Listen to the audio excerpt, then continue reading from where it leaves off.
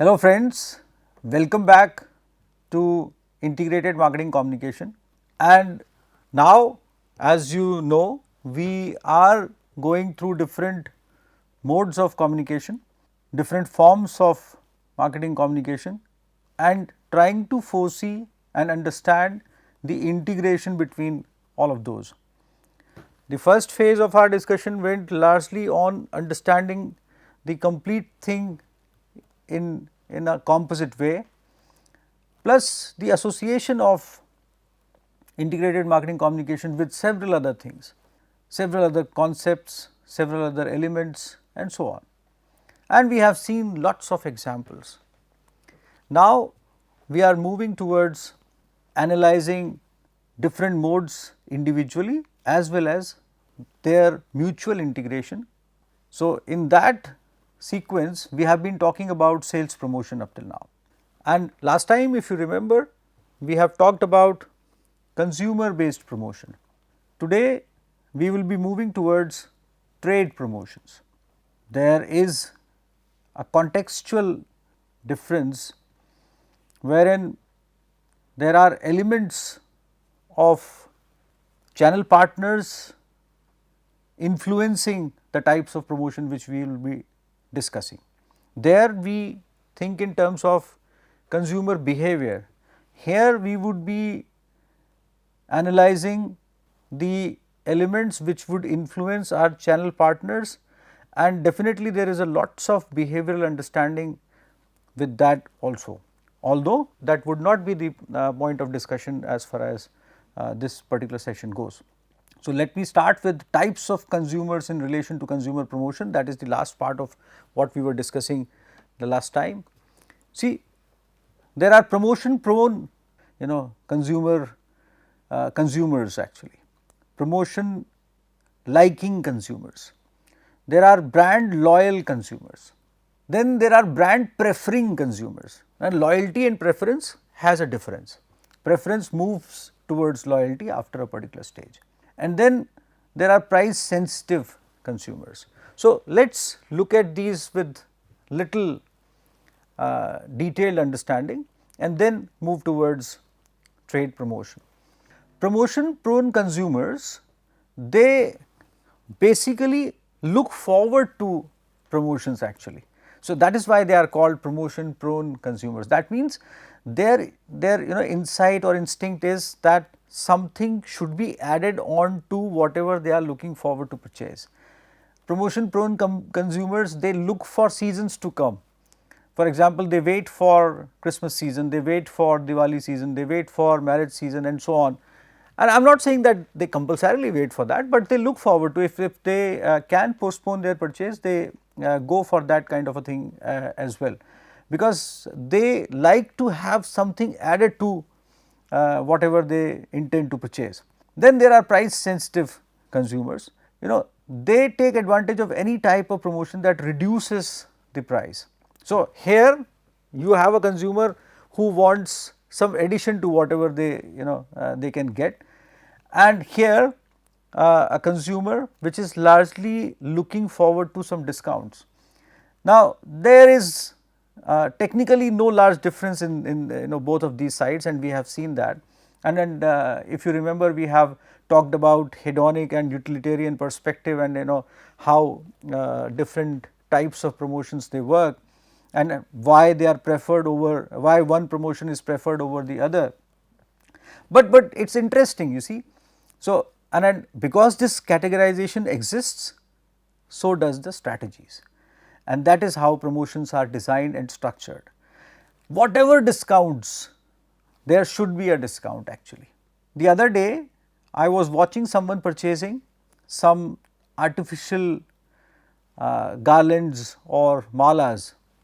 Now, I was observing people buying those, and this shopkeeper, interestingly, he was quoting a particular price, and then people start negotiating. He very happily adds on whatever the price is. For example, you are purchasing 10 of those products, and then he gives you 15% discount, which makes everyone happy actually, and the actual price probably is after the discount. So, this is a usual kind of a thing, you know, with what these consumers they like, and everyone coming out of that particular shop is keep saying that this person gives you a good discount always. So, that is where price sensitive consumers, you know, they lie into that particular kind of a bracket, they move to that kind of purchase usually. Brand loyal consumers, who does not want them?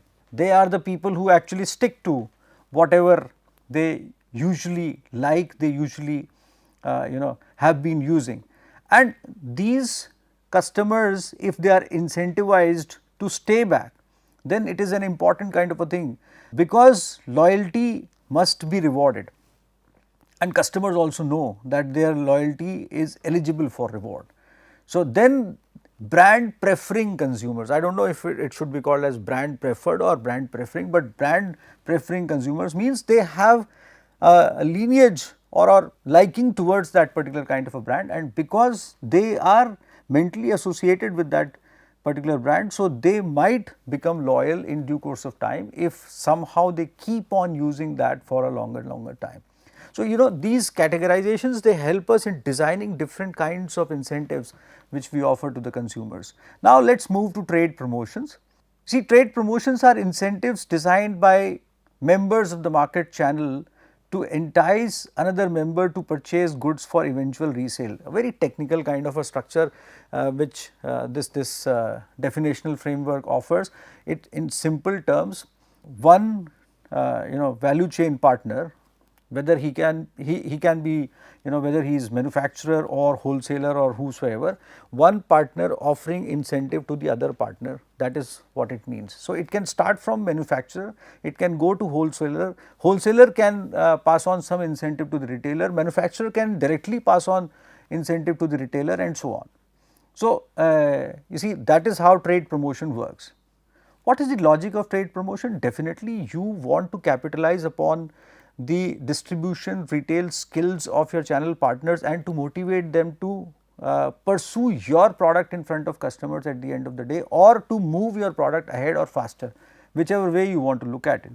So, you see, marketers aim trade promotion at retailers, distributors, wholesalers, brokers or agents, and wholesalers, distributors, brokers and agents use trade promotions to persuade retailers to purchase products for eventual resale. One logic can be that everyone wants their space empty, one logic can be that everyone wants their inventory diluted, inventory has a very big cost, one logic can be that manufacturer is continuously producing something and you are directly related to manufacturer, the higher the sales volume, the higher would be the flow from manufacturer to your side. You see, you can look at it with various perspectives, but again the point is, the ultimate goal is to move the goods forward. Now, there are several types of trade promotions, but broad classification is related to allowances, shows, contests and incentives.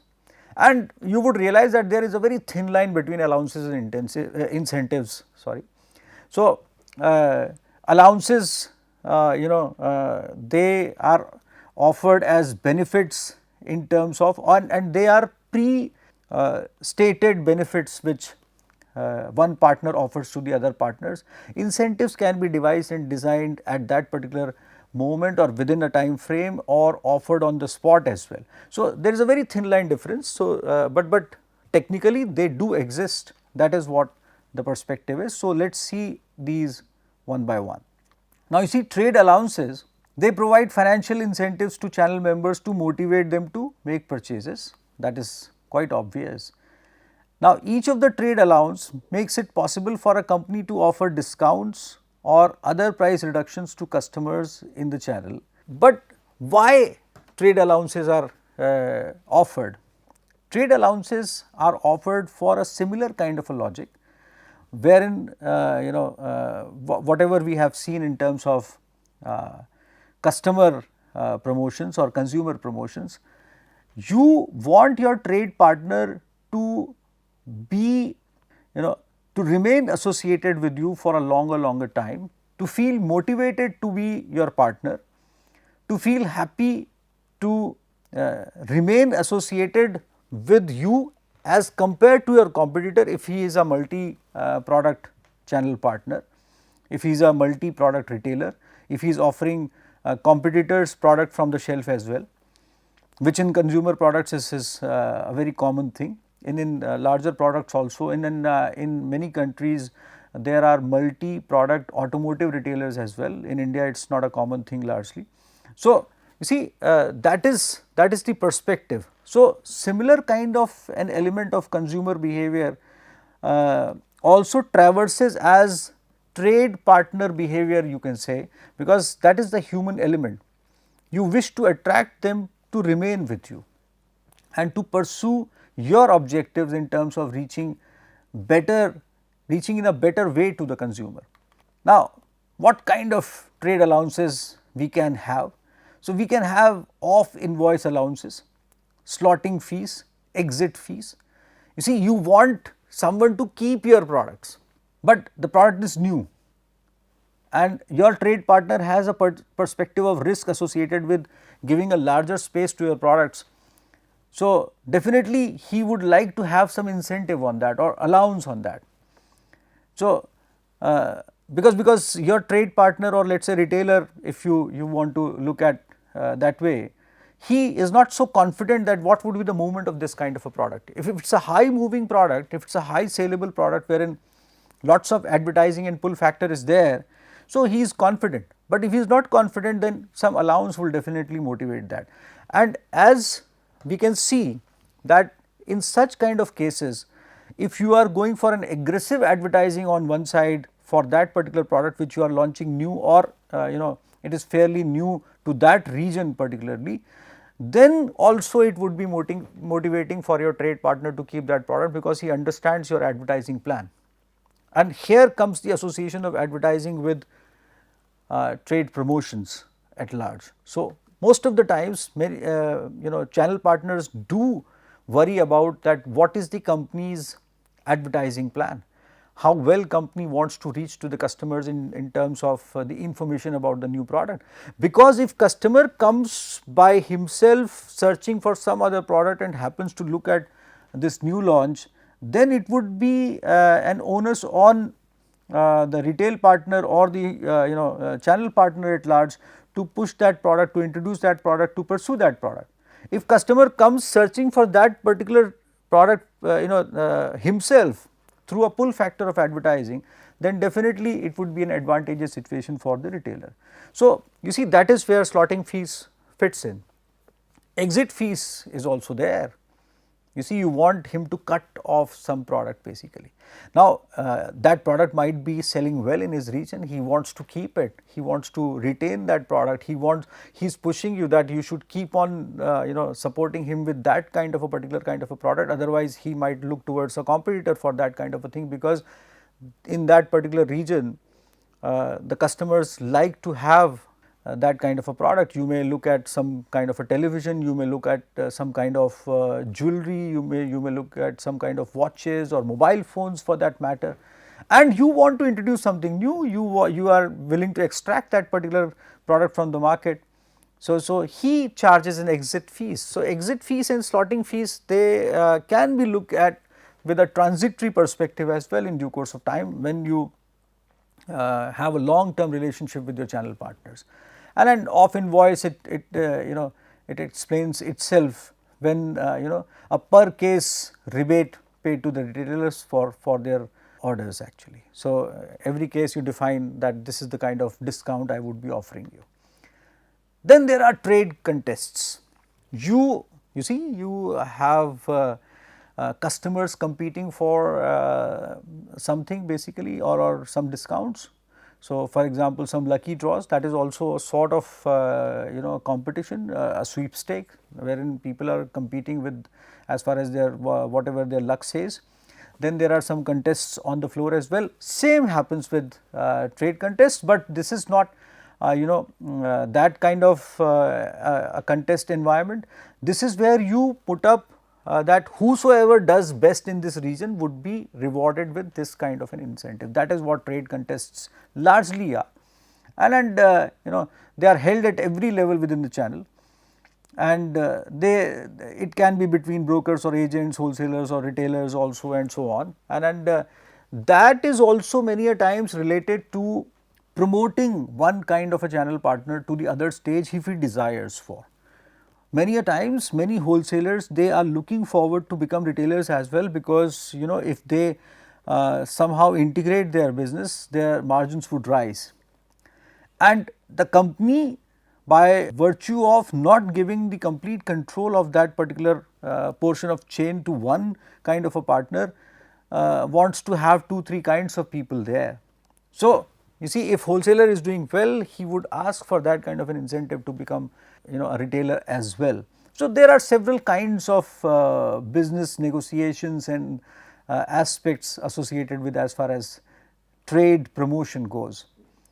As I said, trade incentives are no much different as compared to trade allowances. So, but you see, the context is that they are offered many a times out of the circumstances, or let us say pressure from the competitors, or let us say when exceptionally someone does well, he would like to be incentivized on something, and you are not expecting that. So, you have not pre-negotiated that, and you have assured that at the end of the day, if you do this, then we will see how we can incentivize you.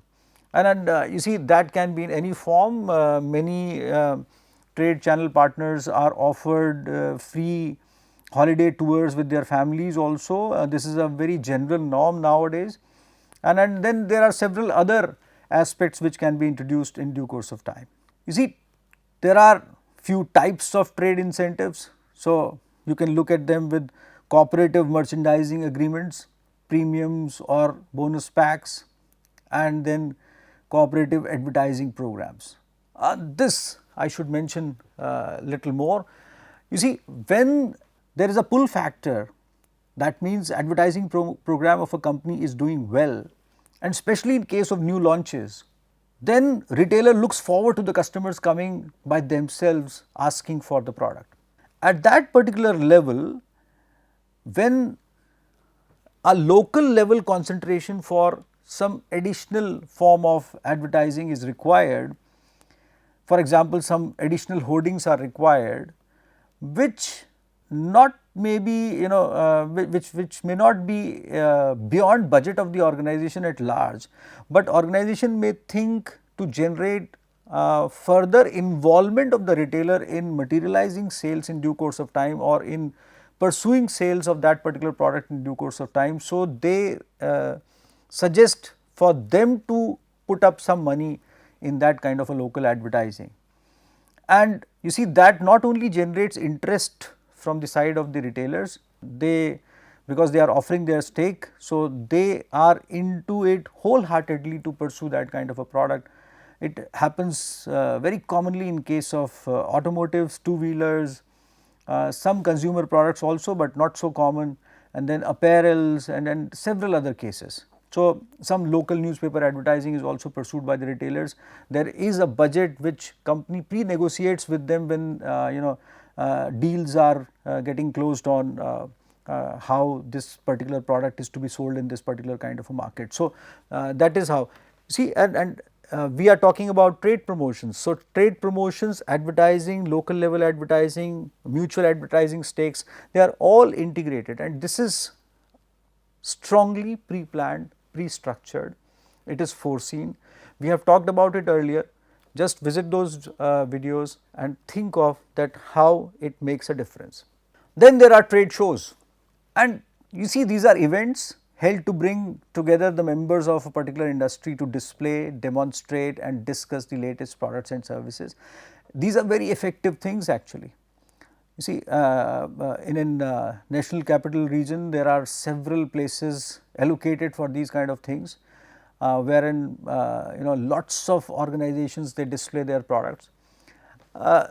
It actually is very effective in terms of B2B sales specifically, wherein you have your wholesalers and clearing and forwarding agents, and then those kind of people supporting you in your due course and businesses. But definitely you like people to visit a particular place and look at some virtual demonstration of that kind of a product, or trade shows are very helpful in pre-launch stages of the products for consumer products as well, or let us say consumer durables as well, automotives as well. So, there are large auto shows, there are large book shows which happen, and many a times they generate bulk demand as well. So, these are very important events basically. You see, a trade show can strengthen the brand name of a product as well as the company's image, and because lots of media attention is there, so you get particular kind of a coverage which is not technically advertising, but definitely it acquires space and time in print and television and internet as well. Now, you see what kinds of buyers they attend trade shows. So, there are education seekers who are just looking for information, they want to educate themselves, they want to understand what is happening around. Probably they are looking for something in future in terms of becoming one of those who belong to this kind of a value chain. For example, people look for different kinds of technologies being introduced and so on. Then there are reinforcement seekers. You see, these buyers, they want reassurance that they made the right decision in as far as their past purchases go, or you see what better technologies are coming up, and is their technology whichever they are pursuing in terms of being a trade partner, or let us say even consumers, is it obsolete or so. So, for example, you are a small entrepreneur and you have purchased a machine within last 6 months or a year, and on the other side some new technology is being introduced during a trade show. So, definitely a person would like to reinforce that feeling of that he has the best of it. Then solution seekers are there, buyers seeking solutions to specific problems and are in the buying mode basically. They know that something of that sort is available, and let us see if that gets materializes when they visit that particular show, or they get an insight related to that. You see, for example, you have there are several budding entrepreneurs who visit these kind of shows. They look for particular kind of a technology and machinery. Many times in service industry also trade shows are organized, wherein people seek franchise of larger service setups, even schools, and they want to know that what would be the level of their earnings, what would be the level of business they would gain in due course of time, what would be the stakes they have to offer in due course of time. Because however you analyze, when you talk to people, when you visit these kind of shows, then only you would realize. And one very interesting thing which I have seen, have you ever visited gold and jewelry trade shows? That is one of the most attractive sights you would ever see. I visited one of the trade shows by a large company selling gold and gold related products and diamonds, and believe me, that was a sight actually. You find gold and jewelry everywhere. For me, it was definitely an opportunity, because I would not be able to see that kind of a thing around me except for these kind of trade shows. So, I wanted to see large jewelry spread in front of me all around basically. One of my students, he invited me there and he suggested that and he said specifically, you would not have seen that kind of jewelry at one single place in whole of your life, and might not be so easily. So, that attracted me. So, that is just on the lighter side, but that also attracts lots of customers, lots of jewelers, lots of business partners, lots of people who are looking for those kind of special things all around them. Buying teams are there, power buyers are there. So, now I would be taking you briefly through a short case or example just to explain promotion contextually, consumer promotion, trade promotion, all through. But look at this particular caselet with the context of promotion, and this is Starbucks. You see, Starbucks reward loyalty program has a 16 million active members, huge. And you see, there are several organizations which offer loyalty programs. Loyalty programs are not just to attract people, but actually to pursue loyalty amongst customers. Companies who are sure of their products, they definitely wish to pursue, and they want their customers to stick with them. So, they incentivize, as I said, loyalty, brand loyal customers are there.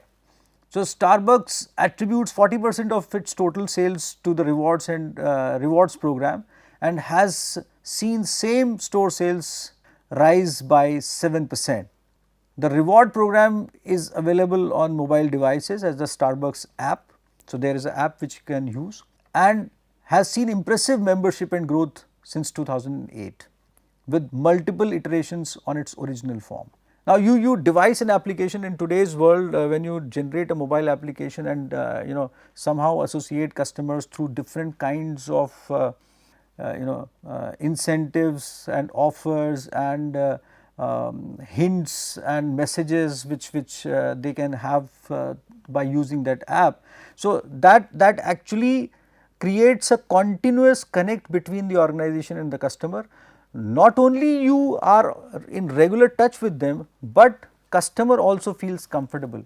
Starbucks uses this tool to individually market specific products and features based on data collected from the app about its users, as I said, and customers can order, pay through the app ahead of arriving at a physical location, as well as earn stars rewards that translate into free drinks, food and merchandise, which is a beautiful kind of a pleasant surprise many a times for the customers. This caselet can be seen in detail. The source is Lee H 2020 Starbucks winning on rewards, loyalty and data. So the reference is given on the slide, and the detailed reference would definitely be offered at the end of this session. So, ease of payment in store through this mobile app definitely motivates the customers, and Harvard Business School has a huge case repository. So, that is a reliable source as well. So, you can fetch this case study in detail from Harvard Business School case repository, Lee H 2020 Starbucks winning on rewards, loyalty and data. Now, then you see that motivates the customer because he gains an ability to order and pay ahead of arriving on the store. Rewards and benefits such as free refills or brewed coffee and free drinks on members' birthdays.